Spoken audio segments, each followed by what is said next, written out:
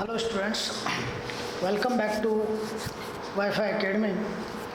अभी जस्ट हमने refraction of light पढ़ा था। रिफ्रैक्शन ऑफ लाइट के अंदर लॉज ऑफ रिफ्रैक्शन पढ़ा था। इसके बाद हमने रिफ्रैक्टिव इंडेक्स कैसे निकालते हैं वो पढ़ा था, और ग्लास स्लेब के द्वारा रिफ्रैक्टिव इंडेक्स पढ़ा था। इसके अलावा अब हम कुछ एग्जांपल्स लेके देखते हैं जो कि रिफ्रैक्शन के एग्जांपल्स है। जैसे first example is refract appearance of coin by refraction, कि जब हम किसी ग्लास स्लेब के अंदर, या बोल सकते हैं अपन किसी कप के अंदर या किसी कंटेनर के अंदर, जब हम किसी कोइन को देखते हैं, पानी से भरे हुए उसके अंदर कोइन को देखते हैं, तो हमारे को कोइन क्या होता है, थोड़ा सा ऊपर उठा हुआ दिखाई देता है। एक्चुअल कंडीशन के अंदर तो वो वहाँ पर रहता है, पर जब अपन देखते हैं तो हमारे को थोड़ा सा ऊपर अपीयरेंट कंडीशन में दिखाई देता है। उसका रीज़न क्या होता है? उसका रीज़न है रिफ्रैक्शन। तो देखिए, जब हम किसी, इसके अंदर जो कॉइन पड़ा है वो यहाँ पर है, बल्कि हमारे को दिखाई यहाँ पर देता है। उसकी एक्चुअल कंडीशन क्या होती है? अभी हमने पढ़ाया था कि जब भी कोई लाइट है वो रेयर टू डेंसर में जाती है तो वो नॉर्मल की तरफ क्या हो जाएगी? शिफ्ट हो जाएगी। पर डेंसर से क्या होगी? रेयर मीडियम में जाएगी, तो नॉर्मल से क्या हो जाएगी? थोड़ा अवे फ्रॉम नॉर्मल, नॉर्मल से दूर हो जाएगी। तो ये देखिए, यहाँ पर जब कोई लाइट इसके ऊपर आएगी, इसके ऊपर गिरेगी, लाइट यहाँ पर रिफ्लेक्ट होने के बाद यहाँ से वापस लाइट क्या होगी? ट्रेवल करेगी अपनी आइज़ की तरफ, अपनी आइज़ की तरफ ट्रेवल करेगी। तो यहाँ पर ये मीडियम कौन सा है? डेंसर मीडियम है। ये कौन सा मीडियम है? Denser medium. And it is rare medium. ये कौन सा है? रेयर मीडियम है। तो डेंसर टू रेयर मीडियम में जब मूव करती है तो वेलोसिटी क्या हो जाती है? इंक्रीज हो जाती है। वेलोसिटी इंक्रीज हो जाएगी तो उसका जो एंगल है वो एंगल क्या होगा? मतलब जो अवे फ्रॉम द नॉर्मल चल जाएगी, एंगल बढ़ जाएगा। रिफ्रैक्टिव एंगल जो है वो इंक्रीज हो जाएगा। इट मीन्स देखिए, यहाँ पर ये कॉइन है, इस कॉइन से जब लाइट वापस जाती है तो वापस जाएगी, तो ये तो डेंसर मीडियम है, और डेंसर मीडियम से किस में जाएगी? रेयर मीडियम में जाएगी। रेयर मीडियम में जाएगी तो रेयर मीडियम में जाने के बाद ये जो लाइट है वो अवे फ्रॉम द क्या हो जाएगी? नॉर्मल हो जाएगी। Away from the normal, normal से क्या हो जाएगी? दूर हो जाएगी। और हमेशा हमको पता है लाइट एक स्ट्रेट पाथ के अंदर चलती है।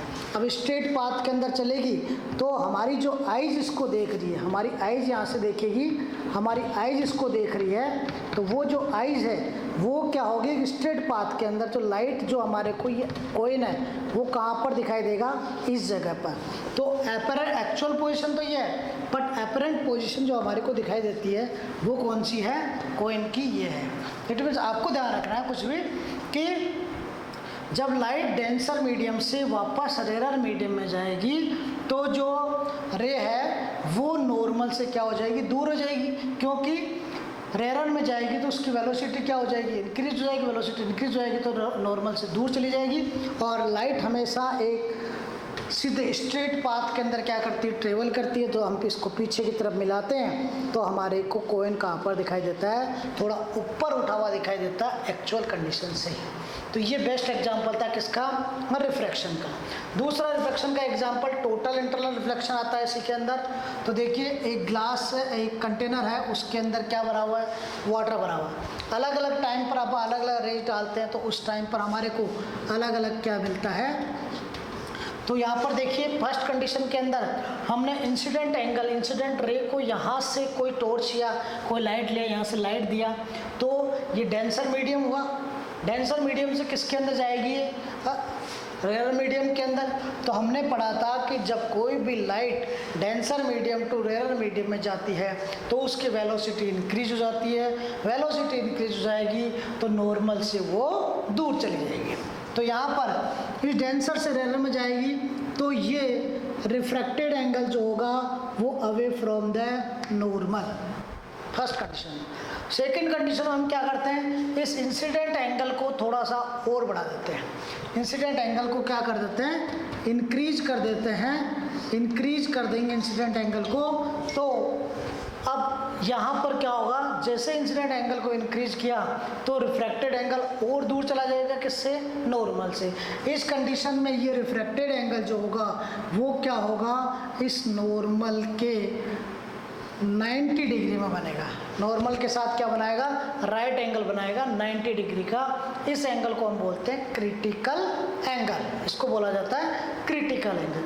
और थर्ड कंडीशन में जब हमने इंसिडेंट एंगल को और ज़्यादा बढ़ा दिया, थोड़ा सा और इंक्रीज कर दिया, यहाँ पर देखिए हमने और इंक्रीज किया हुआ है, और इंक्रीज कर दिया, तो उस कंडीशन के अंदर ये जो रिफ्रैक्टेड एंगल है वो रिफ्रैक्शन नहीं होकर क्या हो जाता है, रिफ्लेक्शन हो जाता है। क्यों, क्योंकि जब हमने इंसिडेंट एंगल को बढ़ाया तो ये उसी मीडियम में न रहकर यहाँ पर 90 डिग्री पे था, तो और दूर जाना चाहिए, इसको बढ़ा दिया हमने, इसको बढ़ा दिया तो ये उस मीडियम में नहीं रहकर वापस उसी मीडियम में आ जाता है जिस मीडियम में इंसिडेंट रे थी।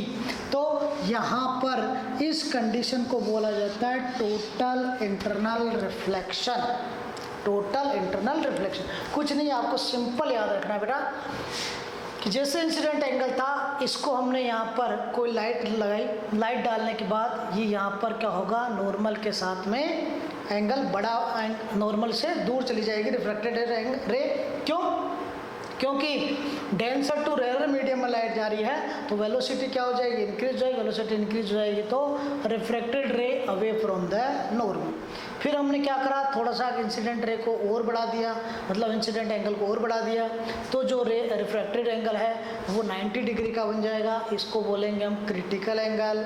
और फिर तीसरी थर्ड कंडीशन के अंदर हमने इंसिडेंट एंगल को और थोड़ा सा बढ़ा दिया, तो उसके बाद क्या हुआ, वो रिफ्रैक्टेड एंगल था उसी मीडियम में न, दूसरे मीडियम में न जाकर उसी मीडियम में वापस आ जाता है, तो इसी को बोलते हैं हम टोटल इंटरनल रिफ्लेक्शन। इसके बाद हम पढ़ेंगे लेंस के बारे में। ये यहाँ तक तो था हमारा, पहले हमने उसके मिरर के बारे में पढ़ा था। मिरर किस में आता है, रिफ्लेक्शन में। रिफ्रैक्शन के अंदर आता है हमारे लेंस। लेंस वही दो तरह के, कॉनकेव लेंस और कॉन्वेक्स लेंस। तो जैसे ये इस तरह का अभी आगे पढ़ेंगे अपन, ये कॉनकेव एक लेंस ये हुआ और एक लेंस ये हुआ, तो इस तरह का ये लेंस है, ये कॉनकेव लेंस है, और ये वाला कौन सा है, कॉन्वेक्स लेंस है।